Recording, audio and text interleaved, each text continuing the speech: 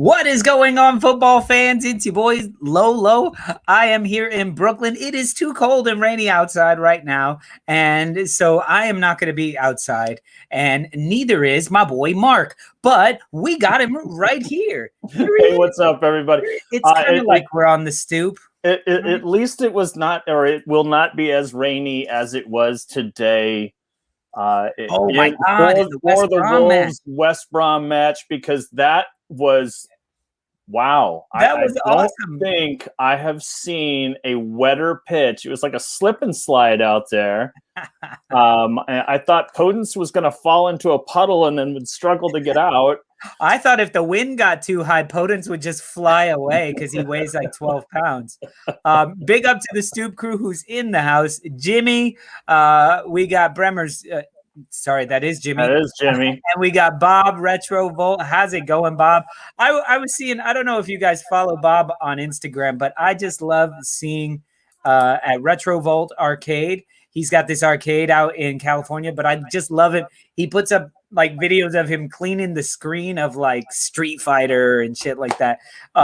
Old school games that I remember playing when I was a kid. So, but fantastic. CCR Anders coming in hot. I love me some CCR. Yes.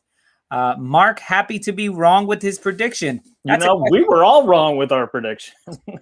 Well, Najee got the draw, but he had a couple of more goals there. I am happy, but I think it still falls in line with my prediction that I don't think my Wolves are going to win another game this season. And being a draw, I'm on that prediction.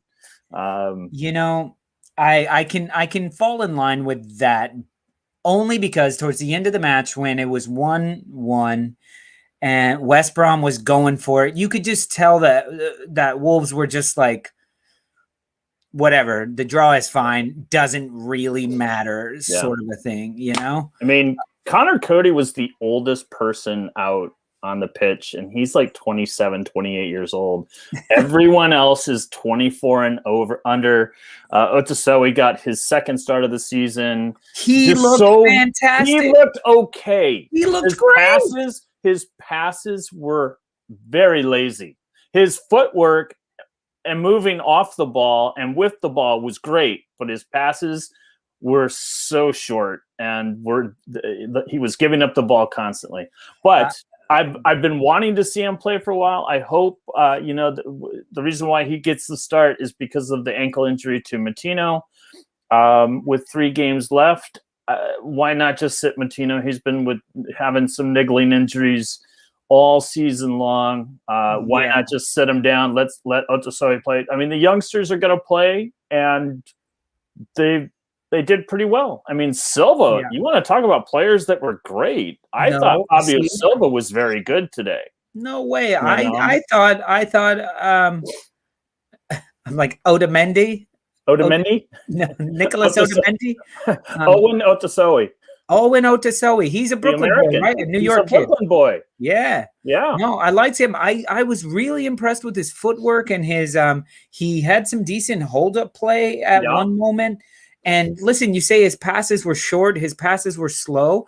They were playing in a foot of water. It was a pitch. Everyone's passes were slow and short once it got to that point.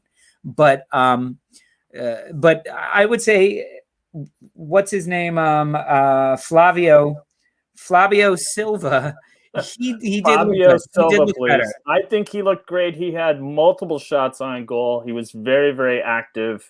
Now, your pick was what? You said 2-1? I said it was going to be 3-1 West Brom. I just had so little faith in the Wolves after the pasting at the hands of Burnley. And with that being said, I was just like, no, they're going to get creamed again. And then I said 3-2.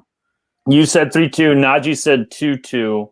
And he was the one that had the most faith. I myself Like I say, I don't think the Faith- Wolves I have faith in Wolves. because now the Wolves go into a much tougher schedule. They finish with who did they get? It's Man United, Tottenham, Everton. Is there one more to go? Because if they have one more to go, that's Brighton. 4 more. Okay, so that's their four. It's Brighton, West Brom, or no, Brighton, Man U, Everton, and Tottenham, but in whatever order you want. And I just don't see them winning. I don't necessarily see them losing them all, but I don't see them winning for the rest of the season. And that's the prediction I'm going to stand by. They're too broken, and those that get an opportunity to play just don't have the experience. You know? Martin's coming in hot. He says 4 games, Mark, maybe a point versus Brighton, then lucky to get anything onto next season. I said that on Wednesday. This game, that's what I saw today. Yeah, that's what I saw today was West Brom was going for it, and you guys were like, "We'll get a workout today." It was very obvious who needed the points. West Brom needed the points. Yeah. Do you think West Brom has a chance of staying up? Absolutely not after today's game. Who are we talking to? London boy. Hey Lolo, what's up, man? What's up, London boy? Glad to see you on a non-Arsenal related video. Glad to see the Leeds United fans on a non-Leeds United related video. Zachary, what's up? Glad to see you on Twitch. Diamond Bro, glad to see you on Twitch. What's going on? And big up Stoop Crew. Justin Cross. Justin Cross is our newest Stoop legend. He joined on Patreon, so you may not see his little badge right by his name, but give him the respect. I was going to say, welcome, Justin. Thank you for your support. We really appreciate it. All of our Stoop crew can just say, what's up? How's it going? Welcome to the crew. Let them know what's up. And so everybody knows Stoop Crew, there's a special access today for Stoop Crew members only. I've put a link in our community page for Stoop Crew members only, where you guys can call in to the show right now, and you can talk to us. So we actually have somebody. And Mark, I almost didn't want to see him. You wanted it to be a surprise. I put up my hand because I didn't want to see him. I didn't want to break, because this guy has been following us since the beginning. He's OG. He's like Stoop Crew wasn't around when this guy started watching us. Yeah, he's OG. Talk about one of the original Stoop Crew members. I think we even upgraded his membership to something. He's basically a Stoop legend. So yeah, I see you, Bobby Two Scoops. Bobby changed his name. I don't know if you noticed that, but we were calling him Bobby Stoops. Bobby Stoops is now Bobby Two Scoops. I don't know, man. I think it's going to be Bobby Two Stoops. Because you can't give yourself a name. You got to be given a name. Well, everybody, give it up. We're gonna give it up for Mr. Tom. Hello, Mr. Tom, you animal. I'm live on the internet somehow. See, but I did always picture you in a pitch black room. Well, no, because only lit by my face. But if I turned the light on, it'd be like a wall of white. It's like a Leeds cave. That's all right, dude. Yeah, no, that can be a reveal for another time. Don't worry. There we go. We'll save that for another time. So, Mr. Tom, so glad to have you on the show. You're on every single show, and actually, people ask about you when you're not commenting. Look at everybody. Mr. Tom is a legend. Hey, Mr. Tom, what's up? Hello, Mike. So Mr. Tom is a legend. Oh my God. People who I don't know who I am. That's when you know you're semi-famous. That's what being part of the Stoop Crew is. You guys love each other in the comments and stuff, and you love talking smack to each other, and you love talking smack about me and about how I should be a Leeds fan. But hello, Bandy. Mr. Tom, you called in today for the double post-match episode. Is there anything you would like to say? I just wanted to congratulate West Brom on maintaining their 25-year undefeated home streak against Wolves. That is absurd. In the Black Country Derby. 5 matches in 25 years. Like, I was reading on the internet, as you do, and all the West Brom fans sitting there like, we're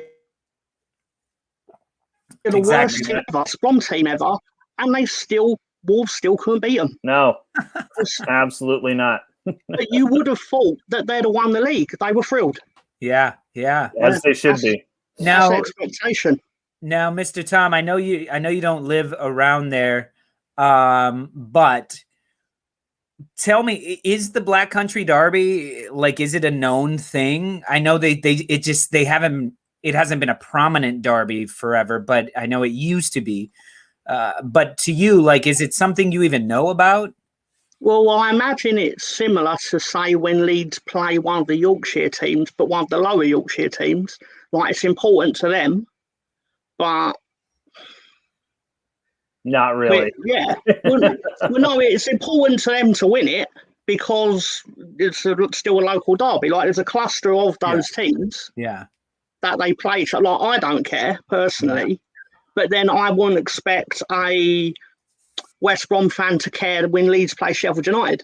Yeah. For them, it's just another Premier League match. I personally think this season and for a majority of last season, because we had the pandemic and postponing part of the season, I don't think to a team, and I hate to say this, but to a team like Wolves without fans in the stands, I don't think there's many players on the pitch that give a shit about the Black Country Derby, because they're all from, like, I mean, Wolves have like maybe 4 players that are English, you know, and the rest of them are just like, yeah, I'm in Portugal, I have no idea. I don't. It wouldn't even really be the English players. You'd be only, like, say, the only Leeds player, for example, that would care about beating Sheffield United might be Calvin Phillips, right? Because he's from the area, so he's lived it. Yeah, because you could get someone from the opposite end of the country. And while obviously they've got to work hard for their job, but at the same time, it's just another game to them. They're told it ain't, but, you know. Yeah, here we go. London Boy says, I used to live in Birmingham, and Black Country Derby is massive, especially West Brom versus Wolves and West Brom versus Villa, especially in the stadiums, and atmosphere is massive and lots of riots. So that's what I'm saying. Yeah, exactly. You know? Exactly. To my knowledge, Villa and Birmingham is the biggest one. Oh, wow. Okay. But obviously, Birmingham are in second tier at the moment. Yeah. But generally, that's what it would be. So, I'm telling you, if there were fans in there today, you guys lose. You guys lose after they get that goal. After they get their goal, like, whoop, reversal, you guys lose 3-2. Yeah, there was a lot of goals left on the pitch today. I mean, there was on both sides. You know, could have easily gone. You know, the save by I think it was Seiss at the goal line. That was just so lucky that didn't trickle in. Silva's goal was like, oh, what? That went in? Yeah, because he took a ricochet and it just happened to hit his foot. It was his opposite foot. Because he's reeling back the other one to shoot, and it bounces off of his left foot and goes in. It just does that little whoop. As far as ricochets go, that's one of the most deserved ones I've seen in a while. Like the Traore off of Mellier's back was not deserved. That was Traore all on his own, and he smashes a shot and he misses it. He hit the crossbar. He hit the crossbar, but then it comes off. This was such a nightmares, Mr. Lolo. Exactly. But nightmares about that one. That turned out to be an own goal. Yeah, that wasn't awarded to Traore. Yeah, because it is an own goal. It was a shot off target. Actually, it wasn't even a shot on target because it hit the post. But what I'm saying is, you guys deserve that one because that was actually some great. It was hold up play. That is true. What London Boy is saying. I went to a West Brom versus Wolves game before, and the away fans were throwing coins at the home fans, and they ripped off some of the seats. Yeah. And that was probably in the championship? Probably, yeah. Probably. How can that happen? I like it would have to be. I like what Justin says. Alioski thinks every game is a local derby. Yeah. And he's from Macedonia. You know, like Alioski thinks he's Alexander. Yeah, exactly. Well, cool. Did you happen to watch the second match? No, I didn't, because they're not Leeds. So I'm no James in the situation, but I just happened to not watch it. Fucking. There's a game going on. Fuck it. Well, fantastic. Is there anything else that you'd like to say to us, Tom, Mr. Tom, while you're here? Not specifically. I just like saw the link and I was like, you know what? Why not have a go? I'll say the same to everyone else. Exactly. There you go. It's the worst that can happen. It's fantastic to put a face and a voice to all of. We've basically read a novel that you've written in comments. So always have something on my mind. Why not share it? Exactly. Hey, and we love it. And this is your chance. You can verbally say what's up to the other guy who said hello to Patrick Bamford, and Patrick Bamford said hello to him, our director, John. That would be me. Oh my God. Sorry, the other way. Oh, it's John. How are you? How's everything? Fantastic. It's just a great man. I'm sorry. Yep, the one Leeds fan amongst us. I'm just the great man. It's just the wonderful things. Oh, Jesus. Well, good to finally meet you. Get back to the show. Yeah, man. All right. All right, Mr. Tom. Well, that was fantastic. We're going to continue on. Well, I'm going to head back to the comment section where I usually live. All right. Thank you very much, everyone. Dive back in there and let them know that they should talk to us as well. All right. Peace out, Mr. Tom. Thanks, Mr. Tom. Good night. Cool. So let's get to our quick. Yeah, that was fantastic getting to see him. Yeah, exactly. I've often wondered what he looked like, and it did not disappoint. It's funny to me, in my head, he's Axel. Like he's always been Axel. Like I just think he's a British version of Axel. Exactly. And somebody's asking, John, are those hockey jerseys? John is a hockey fan.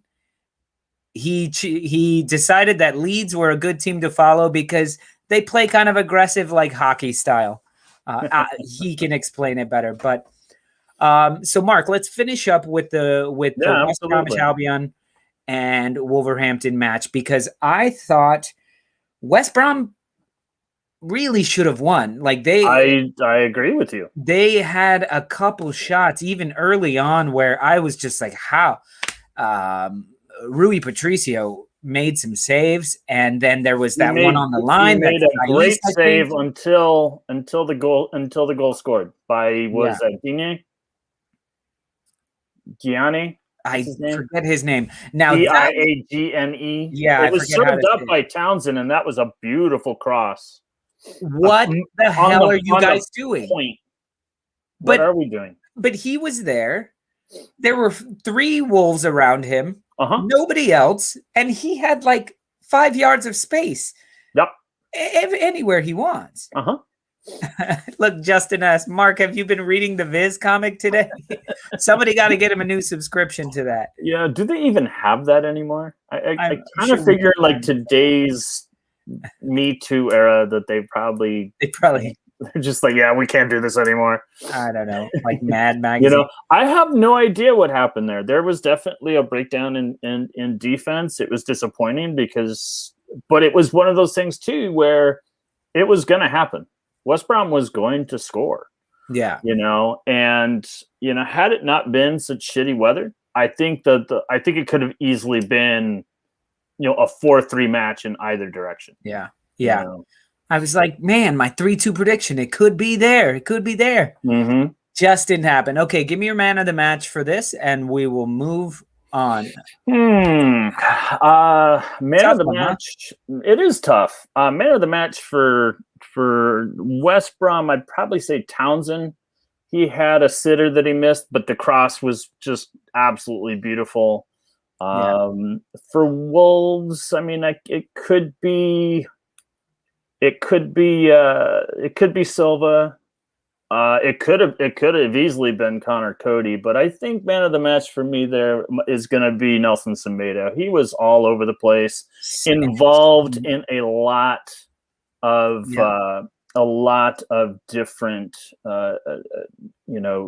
pushing the ball up, being on the defensive side. He covers a lot of ground, and I really like the way he's grown into the position at Wolves for the season. He wasn't so great. He got a lot of stick.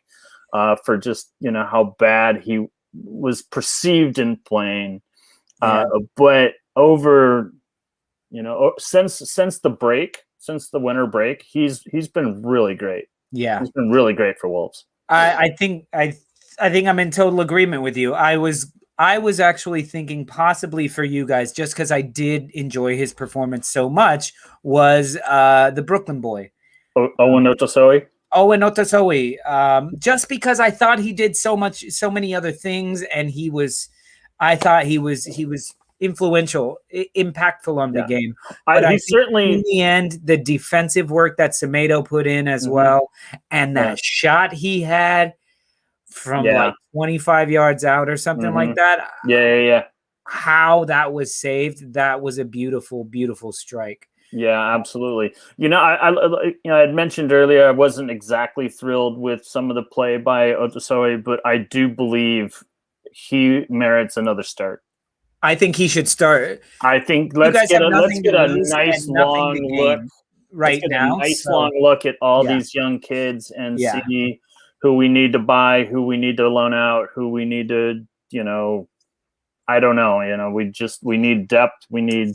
Justin says Silva was the man of the match. He was very good as well. He was so active. Defensive work puts it over the top for me, because those guys were good up front. All of them were good up front.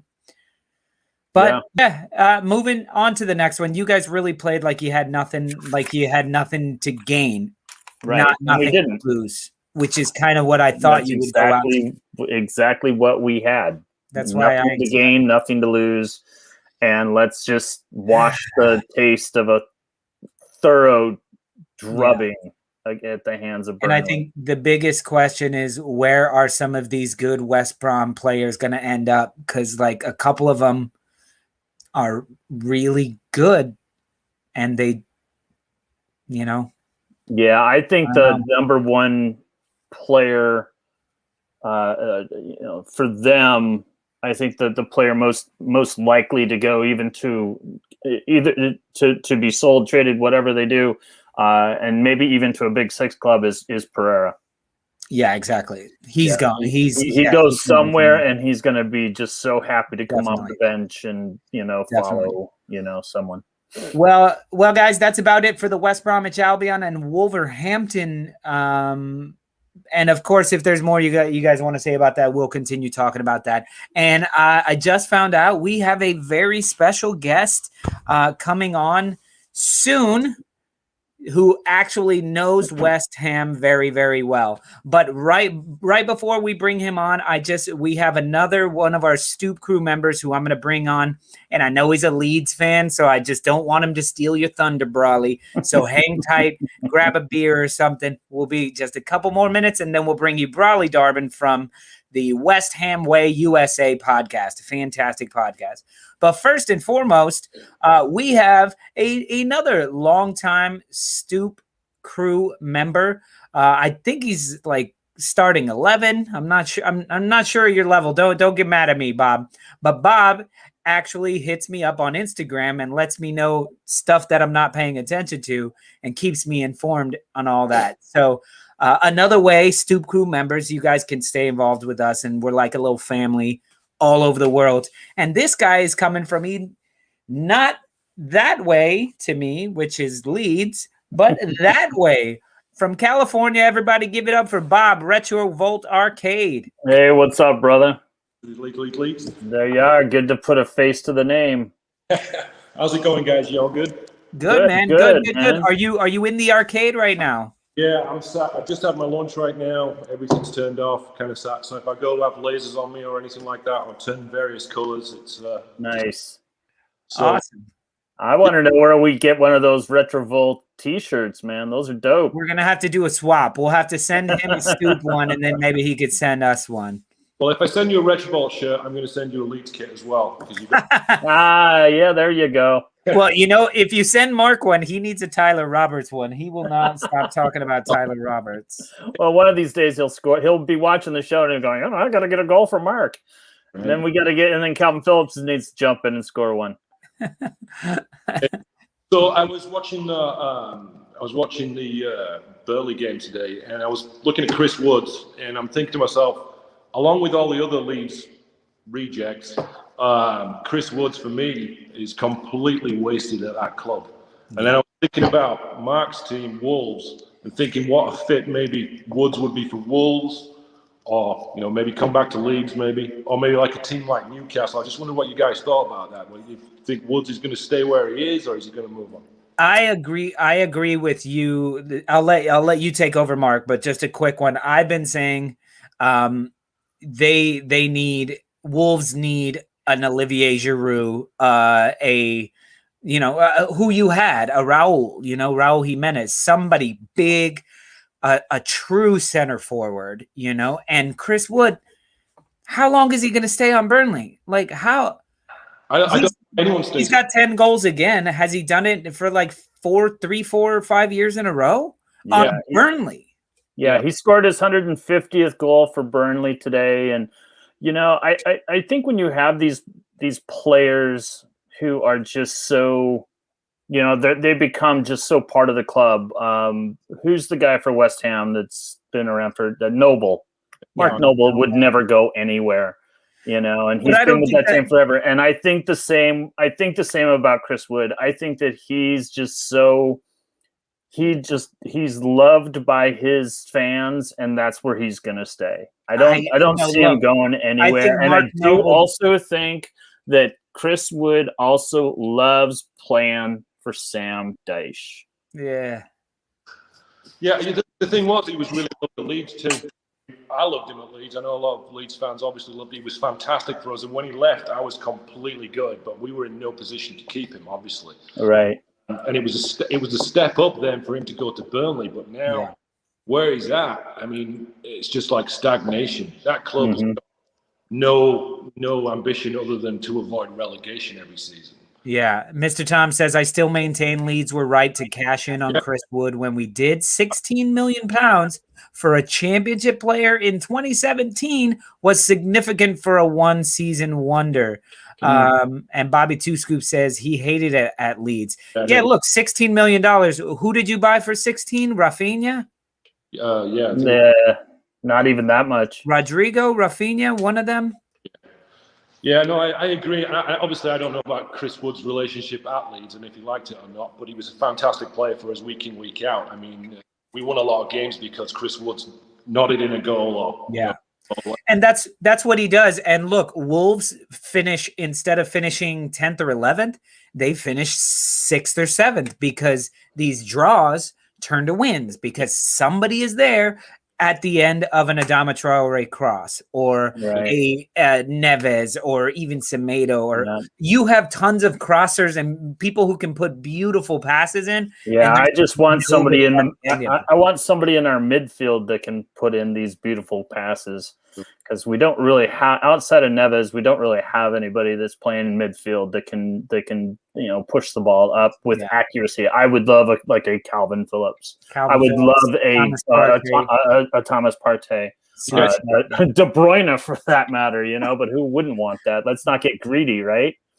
No, so that's what I'd like to see for the Wolves in the off season. But I think well, it was great talking to you, Bob. We've been keeping Brawley backstage too long. He gets aggressive. He gets hangry.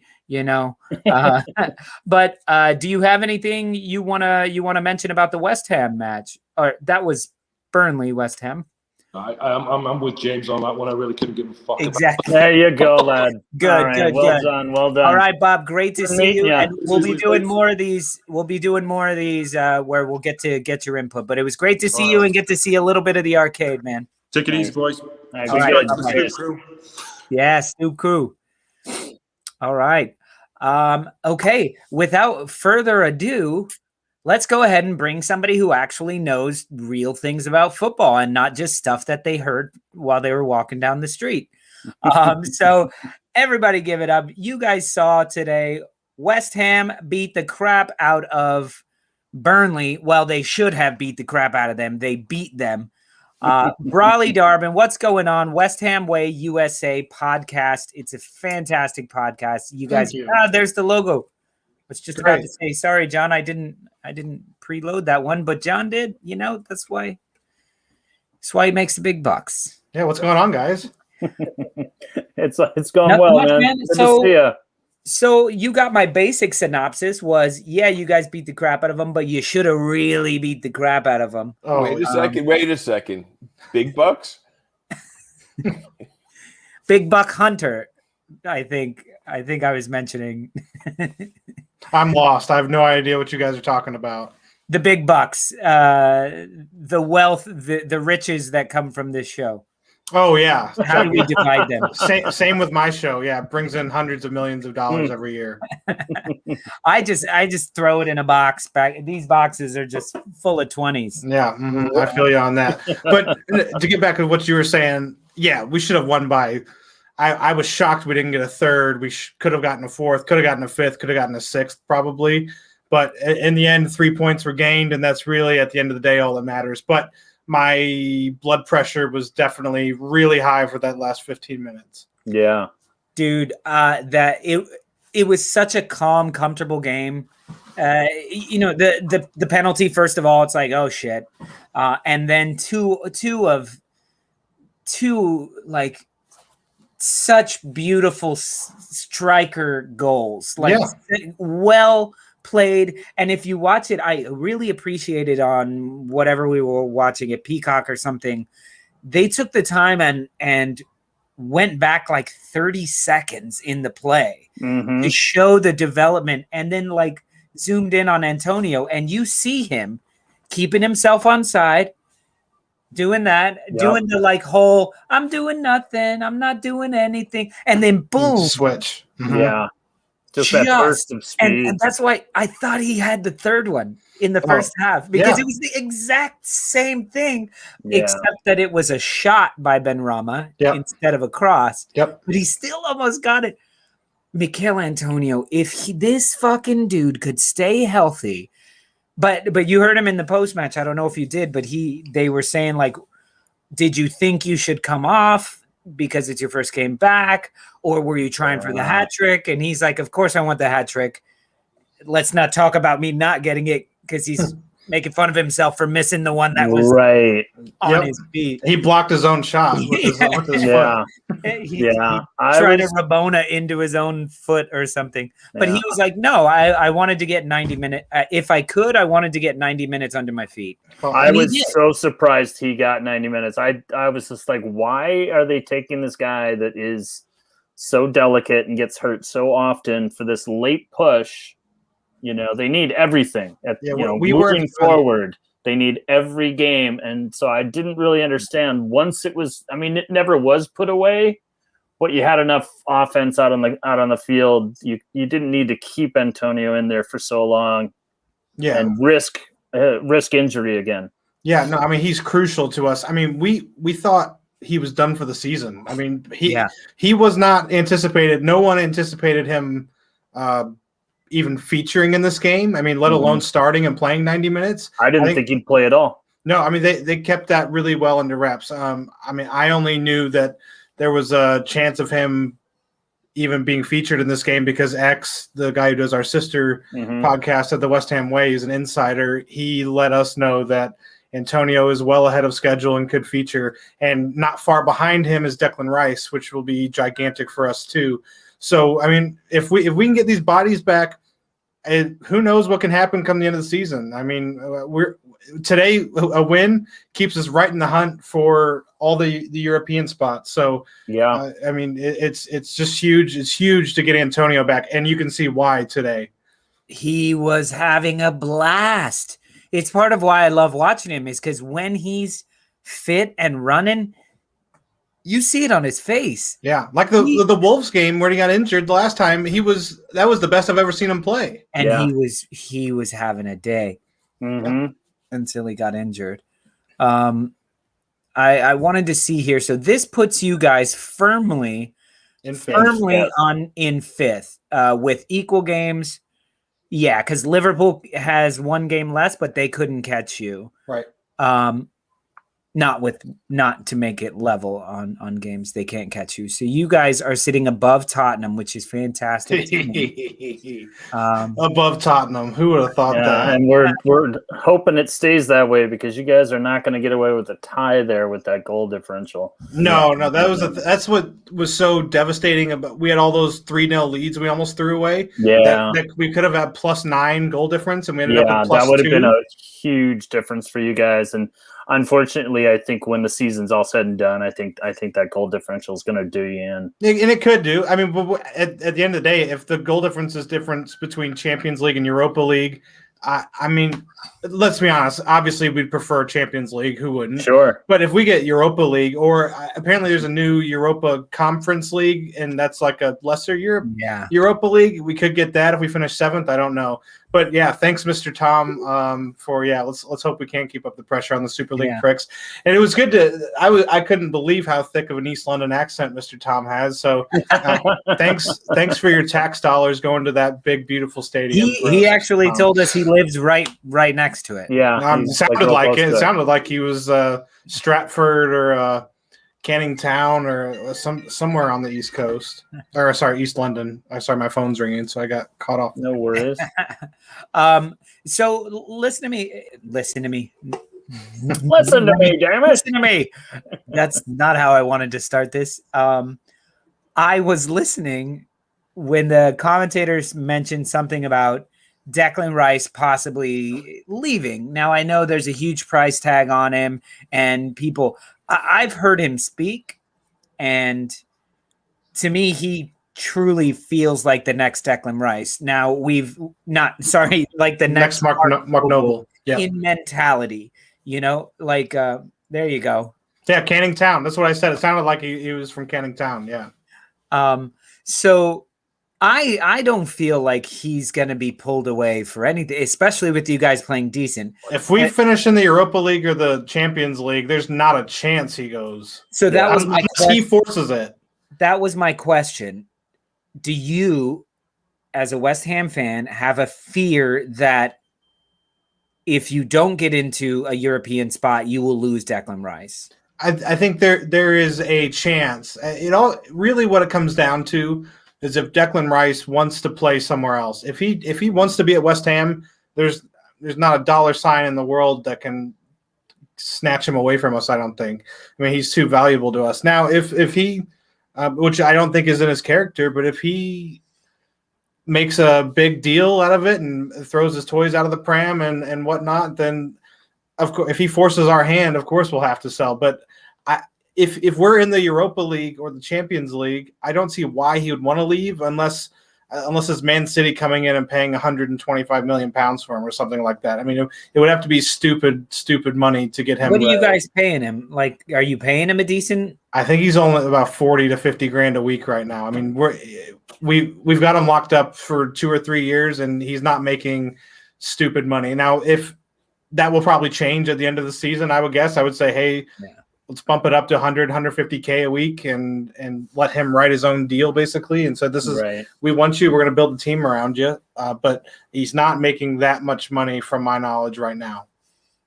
Yeah. Bobby Two Scoop says Rice will drop West Ham like he dropped Ireland given the chance. I don't know. I've just heard him speak, and the way he speaks about West Ham and the way he speaks about David Moyes. Remember, he was there when Moyes was there the first time. Correct. As well. So as a even younger kid, but he's been behind Mark Noble his entire career here at West Ham. And I think Mark Noble is grooming him to be the Mark Noble of the team. Now we've said, and Mark even said already today, those players are going out of style and you're not seeing them anymore. And you'll never see another Mark Noble ever again. There's no single club team. So do I expect Declan Rice to stick around forever? No, but I think right now he's done the hard work to help you guys get here. Like, why would he leave as soon as you're on the brink of your first Champions League ever? Yeah, money is the simple answer is money. That would be the only way he doesn't seem like that kind of person. I know people that know him personally, and that's not in his blood to be like that. And that's all I can say is if he wants to be here and he's happy here, he's going to stay.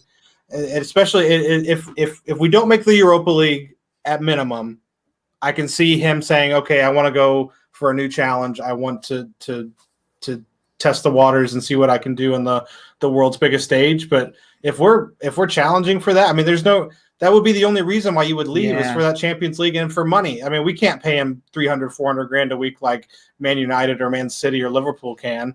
But that doesn't seem like the type of guy that he is. So I can't see it unless he really forces the issue like Dimitri Payet did a few years ago or like Marko Arnautovic did a couple of seasons ago. That's the only way I can see it happening. Yeah. All right. So let's go back to the game. What were the good, bad, and the ugly for you in this match? So I would say right away, I mean, clearly good is Mikel Antonio, but I would say what seemed really good for me was a solid win without Jesse Lingard having to be everything. Yeah. He was side piece, like. Yeah, but I thought Ben Rama took his place like in the electric factory. Mm-hmm. God, and I love Ben Rama. I so desperately want to see him score. Like part of me somebody had a quote about him up here because these guys, a lot of these guys in the audience are Leeds fans, so they know Ben Rama very well. Oh yeah, he terrorized them in the championship. Exactly, yeah. And that's what gets me. Like I've seen all these West Ham so-called fans when I don't think he's struggling. He just hasn't gotten any time to do anything.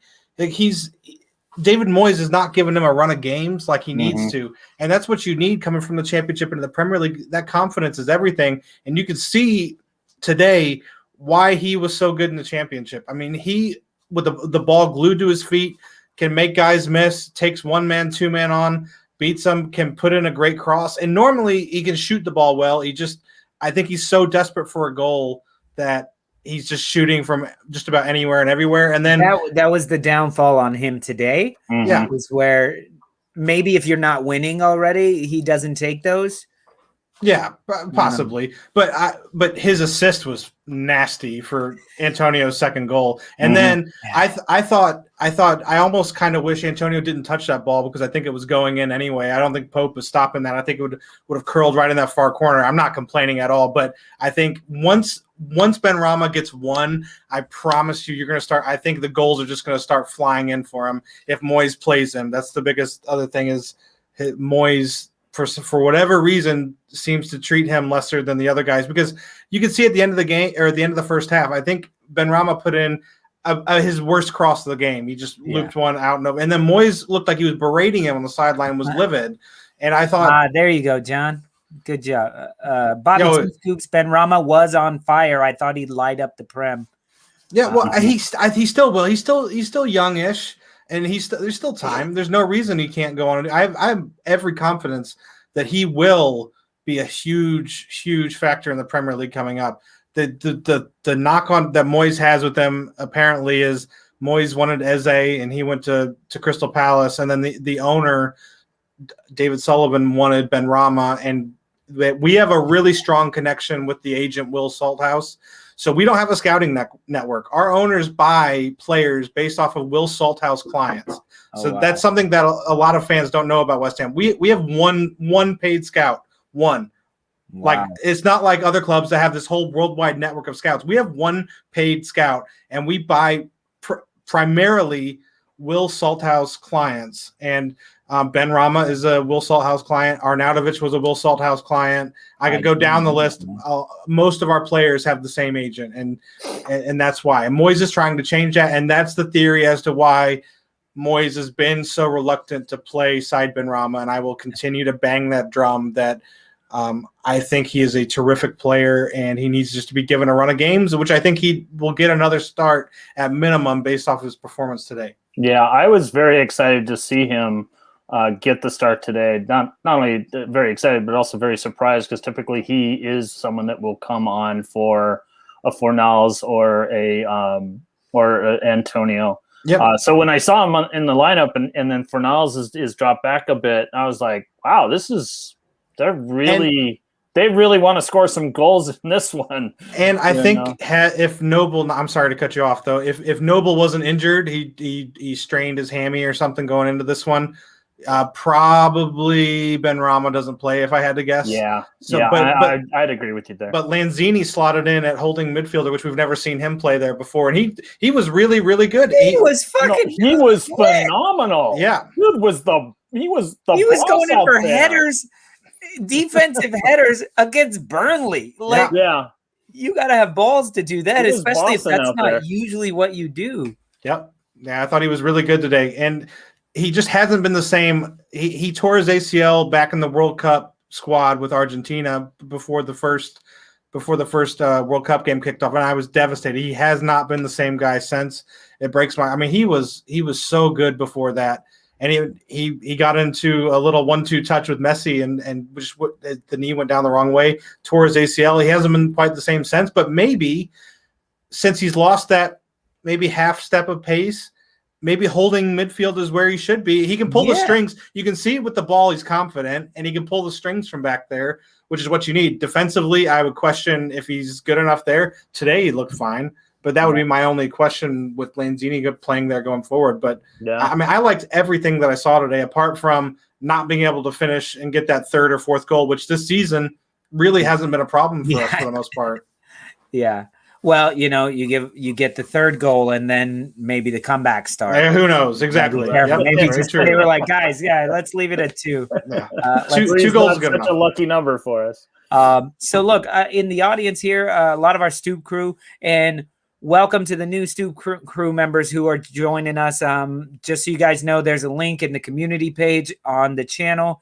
If you guys want to call in and give us your thoughts on tonight's action or anything you want to say. We already saw Mr. Tom. We saw Retro Volt, but that's there for you guys if you want to. But everybody's talking right now. Anytime West Ham is mentioned, first of all, they're talking Europe. But then the manager of the year conversation starts. How do you feel about David Moyes being in that conversation and then being linked with only if he gets Champions League will he be the manager of the year? I think that's absolute nonsense. I think David Moyes. So obviously, your candidates right now are Pep Guardiola, who's doing exactly what everyone thinks he should be doing every year anyway, right? So Ole Gunnar Solskjaer in second. I mean, you could make an argument there, I guess. I would, honest to God, Pep has done a great job at Man City, but I think just about anyone should do a great job at Man City. So, and that's not fair on Pep because he's a great manager. Obviously, love the guy, but Ole has done a decent job at Man United. And then you look at third, Tuchel took over in January. There's no way he should get it right. So that rules. Or who's in third right now? Leicester. Brendan Rodgers could be in the discussion for that. I would actually rather see Rodgers win it than Pep. But if Moyes isn't at least in the top 2, I think it's a crime.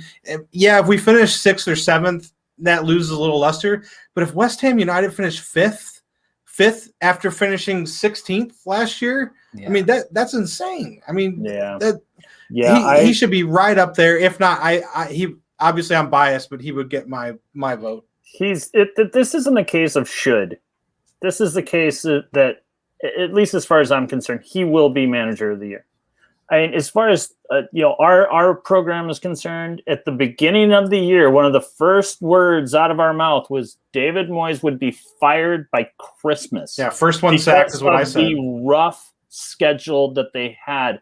They lose Antonio for a while. We're like, okay, well, this is just inevitable, and he's just kept them in believing in, that, hey, we've got this. We are a good squad. And I don't, I along with you guys, I'm reading the comments as well. I'm hearing if this and if that and if that bullshit. David Moyes is the manager of the year. Just fucking lick that envelope and send it off. Agreed. It would be a crime. Look, I like what Brendan Rodgers is doing with Leicester City, but they have a little more of a talented squad, and they were in the top 4 or 5 last year. This is where they're expected to be. Guardiola, you've got the best team, according to Lolo, in the world. Yeah, and I'm not too far behind that. So that pretty much coaches itself. What? No, what? That team pretty much coaches itself. They're absolutely out of your mind. Their second stringer would kick Arsenal's ass. Exactly. If you have 11 good players, you play those 11 good players. If you have 50, who do you start? Anyway, it's a wonderful problem to have, isn't it? Sometimes. But guess what? West Ham. Why can't England West win? Ham doesn't have that problem. West Ham can't just go, oh yeah, well he goes down, we got this guy. He goes down because they have, and they're every single week. Relationships People are saying everything. every single week somebody goes down. Even on our show, someone for West Ham goes down. We're like, God, injuries are really catching up on them. I guess they're just not going to be able to hold on, and yet they still do. And then all of a sudden, you're like, oh, they're screwed without Antonio. He's going to be out for a while, and then he's back and he scores a brace, and should have had a hat trick. Yeah. Moyes is manager of the year. End of discussion. Now, what if Pep Guardiola's Manchester City wins a treble? That means they win the Champions League, and all they really need to do now is win the Champions League. Well, you don't get to win all the silverware. I'm just saying, you can't. They can leave something for somebody else, and that person is David Moyes. David Moyes has been fantastic, and I agree. It's going to be tough. I think if Pep wins the treble, then it's not such a done deal. So is this like the PFA manager of the? There's a bunch of different manager of the year. About Raleigh Darben manager. Like if you're talking Premier League manager of the year, then it definitely goes to Moyes. But if you're talking, I don't know what all there's other awards that go out there.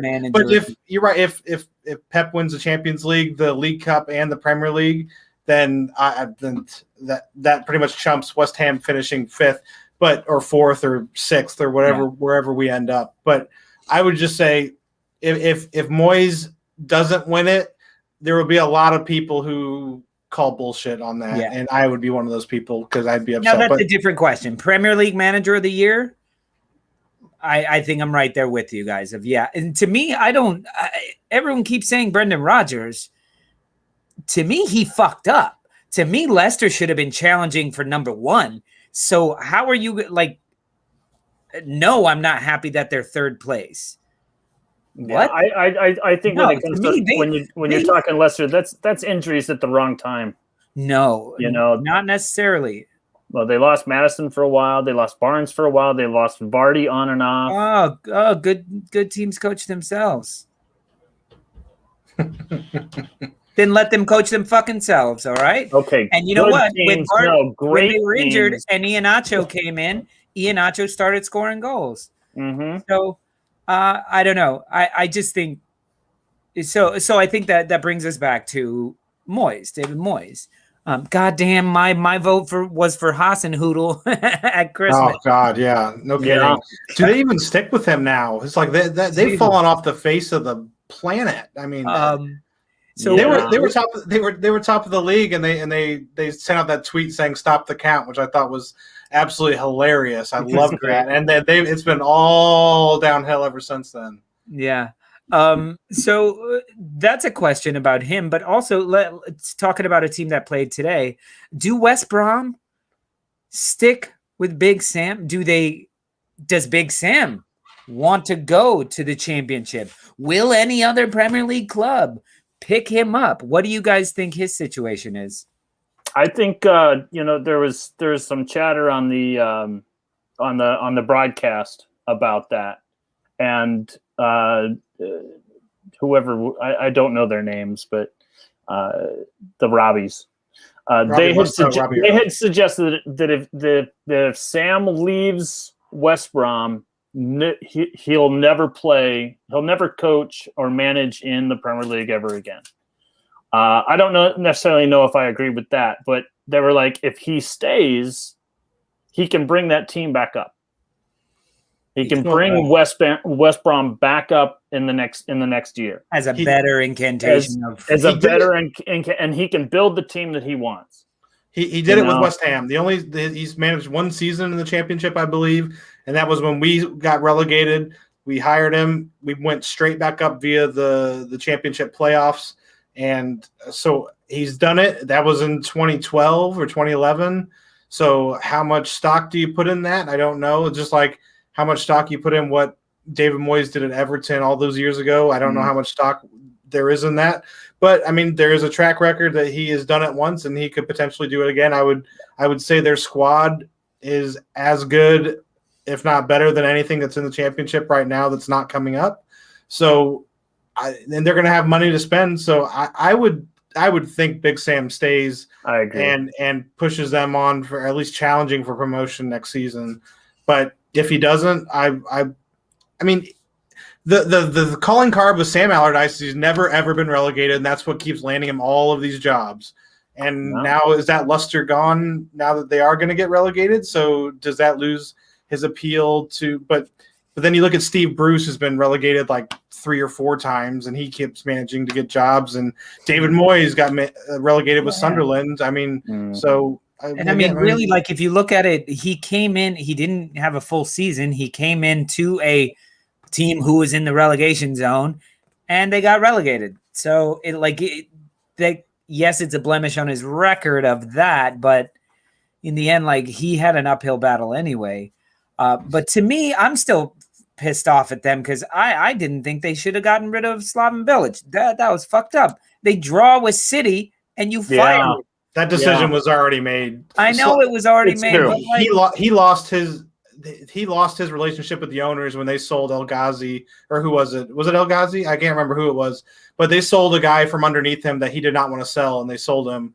And his relationship was gone with the owners at that point. I don't think Slav wanted to stay. I don't think he wanted to work under those owners, which is crazy because they did the opposite of what West Ham did. I mean, we sacked Allardyce, hired Bilic, and they sacked Bilic and hired Allardyce, which pretty crazy. I think Big Sam needs to put on some Birkenstocks and head over to Retirement Village in the MLS and get paid a ton of money to manage an MLS club.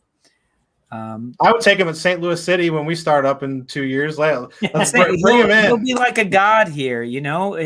He's a coach somebody's heard of, people have heard of, you know. Yeah, for sure. I think he would do great, especially if he's going for money. Like we'll bring in Jack Wilshere to be managed by Sam Allardyce, and that'll be the start of St. Louis City SC. And you could probably get Aguero if you want. Oh God, what a team! I'm just getting excited. It's like all the possibilities. When is that? Are you guys are getting a club? Yeah, in 2022 or no, so it's 21. We start play in 2023. So we're building a stadium right now, which looks terrific. It's being built as we speak. But I mean, I was so the USL team, St. Louis FC. I was a season ticket holder all 5 years. I went home and away. Last year we went under as a result of the MLS team coming in. So we ceased operations at the end of last season, which I gut wrenched about. So it's really bittersweet for me getting an MLS team because I loved what we had with the USL team. I mean, I flew out to Hartford. It was our first ever playoff game we won. I flew out to Hartford to see them play away in Hartford, and we won, which was terrific. Nice. But yeah, it's bittersweet with St. Louis getting an MLS team, but it'll be good in the end. It really will be, I think. We'll see. Yeah, man. Awesome. Well, listen, it's been great talking with everybody. And if you guys don't know, Brawley, this little logo down way in the corner there is the West Ham Way USA podcast. There you go. Oh, yeah, check us out. Not to be confused with the West Ham Way podcast, which is our sister show. We work with them. We have a good relationship with those guys. They brought us in to be their American show. But if you want to listen to me ramble on and another American guy named Tony, make sure you search West Ham Way USA. Awesome. And these guys, it's much different than ours because they actually know football, and football people tell them insider knowledge of things. Yeah, I don't know about that. We get our knowledge from some dude down the street. We get like homeless guys in the train station and be like, oh, you know. You guys hear about the ESL? I got your ESL right here. You want some crack? You want some crack? You want some ESL? Got any more of that ESL? Like, go away. We should do a show about this ESL. That's all crackhead Tony's talking about. Yeah. So anyway, listen, this has been a really fun show. Mark, a double header. We double dipping today. Yeah, we did Monday. They said it couldn't be done. They did. Fuck them. Who said that? But But also the crackheads in the train station. ESL salt baths, bath salts. Yeah, so thank you guys so much to all of my Stoop crew, our Stoop crew, Mr. Tom, Bob, Jimmy, Ben's girl, who he hijacked her phone and got her a membership as well. This guy Nice. signed up like 3 different times. What a guy. He's like, hey guys, it's me, Ben, but I'm on my girl's phone. And we're like, nope, you got to sign up. And he did. What a guy. What a guy. No, fantastic. Via Martine, great to hear from you. Bobby Two Scoops, Jimmy Bondi. Who else do we have? Did I miss anybody? I don't know. If I did, thank you guys. Mike P. Thank all you guys for being here in the comments and talking. We will be back not until Thursday, right? Thursday we'll be out with our Premier League weekend watch list for this week.